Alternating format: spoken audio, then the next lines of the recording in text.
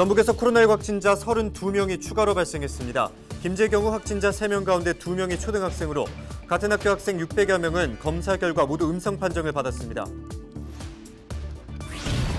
정부가 코로나19 예방접종 비용을 지방정부와 분담하는 내용의 내년도 예산안을 국회에 제출한 것으로 알려져 논란인 가운데 재정 여건이 열악한 전북도 우려가 커지고 있습니다.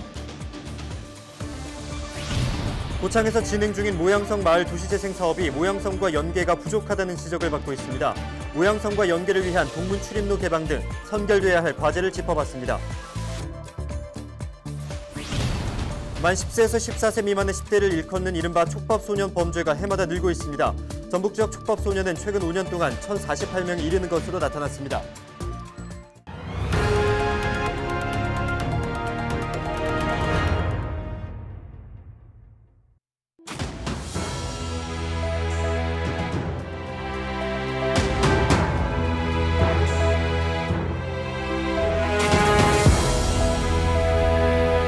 여러분 안녕하십니까? 헬로티비 전북 뉴스입니다. 그동안 코로나19 예방접종 비용은 국가가 전액 지급해왔습니다.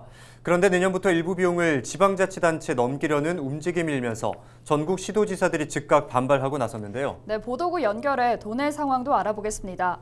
정명기 기자, 이렇게 분담하면 당연히 지자체 재정에 부담이 될 텐데요. 네, 그렇습니다. 그동안 코로나19 예방접종 비용은 정부에서 전액을 대왔는데요. 그런데 정부가 백신 접종 시행 비용의 절반이 넘는 약 4,700억 원을 지방정부와 분담하려 하자 논란입니다. 이 같은 내용의 내년도 예산안이 국회에 제출된 것을 두고 전국 시도지사들이 즉각 철회를 요구했는데요. 송하진 지사가 회장을 맡고 있는 대한민국 시도지사협의회는 코로나 사태가 장기화하면서 방역비용과 국민지원금 지급 등으로 재정 상황이 매우 열악하다고 주장했습니다. 상황이 이런데 백신 접종 비용까지 지자체에 전가한다면 예방접종에 차질이 생길 수도 있다며 국비로 부담해야 한다고 촉구했습니다. 네, 정부 방안대로 한다면 재정이 열악한 도내 시군의 경우에는 막막해질 것으로 보이는데요. 어떻습니까? 네, 그렇습니다. 정부 방안이 국회 예산심의 과정에서 바뀌지 않는다고 가정하면 전북도를 포함한 14개 시군에서 150억 원이 넘는 재원을 마련해야 할 것으로 추산되는데요. 전북도는 코로나가 1급 감염병으로 지정돼 있기 때문에 관련법에 따라 치료 비용을 국가에서 부담하는 게 마땅하다는 입장입니다. 네, 여기까지 듣겠습니다. 지금까지 보도국 정명기 기자였습니다. 계속해서 다음 소식입니다. 전북 지역에서 지난 4일부터 5일 오후 5시까지 코로나19 확진자 32명이 추가로 발생했습니다. 지역별로는 전주 11명, 익산 9명, 김제 3명, 정읍, 남원, 고창 각 2명 등입니다. 정읍 2명은 경기도 확진자와 접촉했고 격리 해제 전 검사에서 양성 판정을 받았습니다. 김제 3명 중 2명은 초등학생으로 같은 학교 학생 600여 명은 모두 음성으로 확인됐습니다. 고창 초등생 2명도 양성으로 나와 학생 등 300여 명이 전수조사를 받고 있습니다. 만 10살에서 14살 미만의 10대를 일컫는 이른바 촉법소년 범죄가 해마다 늘고 있습니다. 국회 행정안전위원회 김용판 의원 자료를 보면 최근 5년 동안 도내 촉법소년 범죄는 모두 1,048명인 것으로 나타났습니다. 최근 3년간만 보더라도 2018년 204명, 2019년 214명, 2020년 264명으로 꾸준하게 증가한 것으로 조사됐습니다. 고창에서 진행되고 있는 모양성 마을 도시재생 사업이 모양성과 연계가 부족하다는 지적을 받고 있습니다. 모양성과 연계를 위한 동문 출입로 개방과 담장 통일화 등 선결돼야 할 과제를 김남호 기자가 취재했습니다. 고창군 고창읍 읍내리 일대입니다. 이곳은 지난 2019년부터 도시재생 뉴딜 사업이 진행되고 있습니다. 모양성 인근에 위치한 이 마을의 주민들은 최근 골목마다 모양성을 상징하는 전통 담장들을 새롭게 설치하고 있습니다. 도시재생 사업이 진행되고 있는 고창 모양성 마을 현장입니다. 이 지역 주민들은 인근에 위치한 모양성과 연계할 수 있는 사업들을 요구하고 있습니다. 이 지역 주민들은 모양성을 방문한 관람객들이 마을까지 들어올 수 있는 연결도로가 필요하다고 주장하고 있습니다. 이를 위해 모양성 동문 개방과 진입로 개설을 요구하고 있습니다. 동문과 서문 이런 데를 개방을 해서 주민들의 편의와 접근성도 있지만 또한 주민 생활에 보탬이 될 수 있도록 실질적으로 상업화시키는 것도 굉장히 중요하다고 봅니다. 특히나 주민소득에 관한 거기 때문에 그쪽으로 통행이 많이 될수록 그 주민소득에는 연결이 되고 또 지역 그 주민들과의 같이 함께 어우러질 수 있는 부분이 많다고 생각을 합니다. 고창군은 문화재를 훼손하지 않는 범위 내에서 동문을 개방할 수 있는 방안을 협의해 보겠다고 답했습니다. 모양성 도시재생 뉴딜 사업은 지금 동문에 지금 그 해당이 됩니다. 그래서 거기를 저희들이 그 동문을 개방 여부는 그 우리 관련 부서의 문화유산 관광과하고 한번 협의를 봐가지고 주민들이 요구하는 부분에 대해서 저희들이 긍정적으로 한번 검토를 해보겠습니다. 모양성과 연계가 없는 도시재생 사업은 개발 효과가 적다는 모양성 마을 주민들. 도시재생 사업의 성공을 위해 모양성 동문 개방과 함께 부분적으로 진행되고 있는 전통담장 개설 사업 확대를 최우선 과제로 요구하고 있습니다. 헬로티비 뉴스 김나오입니다.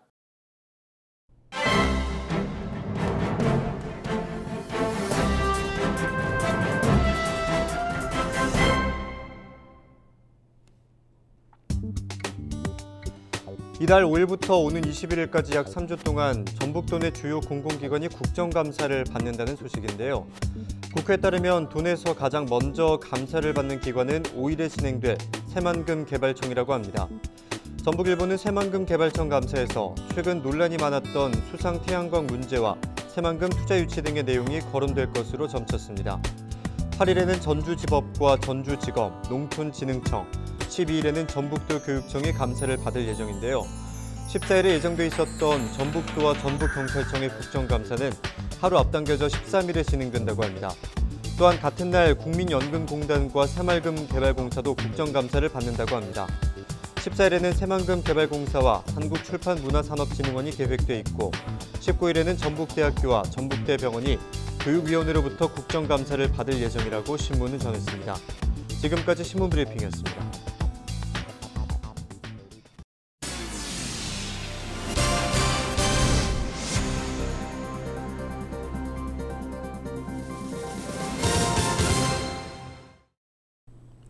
농지법 위반과 업무추진비 부당사용 의혹 등이 제기된 장영수 장수군수에 대해 경찰이 수사에 나섰습니다. 전북경찰청은 최근 장 군수에 대한 고발장을 접수하고 관련 내용에 대한 확인 작업을 진행하고 있습니다. 고발장에는 장 군수가 시세보다 비싸게 땅을 매입한 뒤 농협으로부터 과다하게 대출을 받았고 해당 땅에 농지를 짓지 않는 등 농지법을 위반한 의혹이 담긴 것으로 확인됐습니다.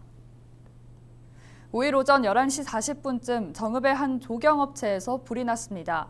이 불로 다친 사람은 없었지만 조립식 건물 일부가 불에 탔습니다. 경찰과 소방당국은 정확한 화재 원인과 피해 규모를 조사하고 있습니다. 전북소방본부가 이달 20일까지 화재 취약시설을 대상으로 화재 안전 정보를 조사합니다. 전북소방본부와 도내 13개 소방서는 소방시설과 피난시설 등 설치 여부와 유지관리 상태를 확인하고 자위소방대 운영과 같은 안전관리 사항 등도 조사할 계획입니다. 특히 안전 컨설팅을 병행해 자율적인 안전문화 정책에 중점을 두겠다는 방침입니다. 전북도가 미세먼지를 줄이기 위해 숲을 확대 조성합니다. 전북도는 150억여 원을 들여 내년부터 2년 동안 도심공원 부지와 폐철도 부지를 활용해 숲 15헥타르가량을 조성하기로 했습니다. 숲 조성 예정 지역은 전주와 완주 산업단지 근처를 비롯해 군산 근린공원과 폐철도 부지 등입니다. 전북도는 앞으로 숲이 조성되면 미세먼지를 줄이고 도시 열섬 현상을 완화할 수 있을 것으로 기대했습니다. 이달부터 다음 달 14일까지 정읍천에서 가을 비축제가 열립니다. 비축제가 열리는 정읍 천변에는 가을빛 물든 정읍천, 희망의 빛나다를 주제로 형형색색의 LED 조명이 설치됐습니다. 행사는 오후 5시부터 밤 10시까지 진행되며 코로나19 상황을 고려해 공연이나 체험 프로그램 등은 생략됐습니다. 정읍시는 행사장 방문 사진을 자신의 SNS에 올릴 경우 LED 상품이나 상품권을 증정하는 이벤트를 진행합니다. 가족과 연인, 친구와 함께 축제를 안전하게 즐길 수 있도록 기획과 준비에 만전을 다했습니다. 가을 하늘을 닮아 투명해진 빛의 공간과 붉은 단풍에 물들어 따뜻해진 불빛 아래에서 힐링과 추억을 만드시기 바랍니다. 전주 덕진경찰서는 아파트에 침입해 강도와 절도 행각을 벌인 혐의로 50대 A씨에 대해 구속영장을 신청했습니다. A씨는 지난 1일 새벽 3시쯤 전주시 서신동의 한 아파트에 침입해 120만 원 상당의 금품을 빼앗은 혐의를 받고 있습니다. 경찰 조사 결과 A씨는 전주의 다른 아파트 3곳에 침입해 금품을 훔치려다 미수에 그치자 서신동으로 범행 장소를 옮겼던 것으로 전해졌습니다. 청각과 언어장애인의 의료기관 이용을 돕는 수어 통역 서비스가 가장 적었던 곳은 전북으로 조사됐습니다.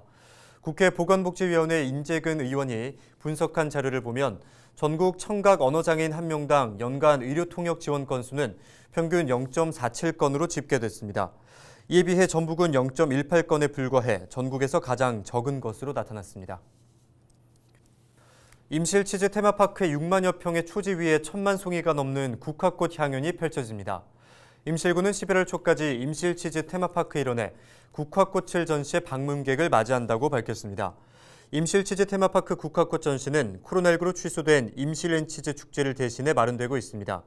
치즈 테마파크에는 임실치즈의 아버지인 지정환 신부와 사냥을 형상화한 치즈캐슬 국화 등 수백여 개의 국화 조형물들이 설치됐습니다. 순창구는 소상공인 경영 안정화를 위한 지원 사업을 추진합니다. 순창구는 오는 8일까지 소상공인을 대상으로 지원 사업 신청을 받아 시설 개선에 나선다고 밝혔습니다. 지원 범위는 화장실과 주방, 시설 인테리어 등 시설 증개축, 사업장 주요 장비 비품 교체 등입니다. 구는 사업비의 50% 범위 내에서 최고 2천만 원까지 지원합니다. 이상으로 뉴스를 마칩니다. 함께해 주신 여러분 고맙습니다.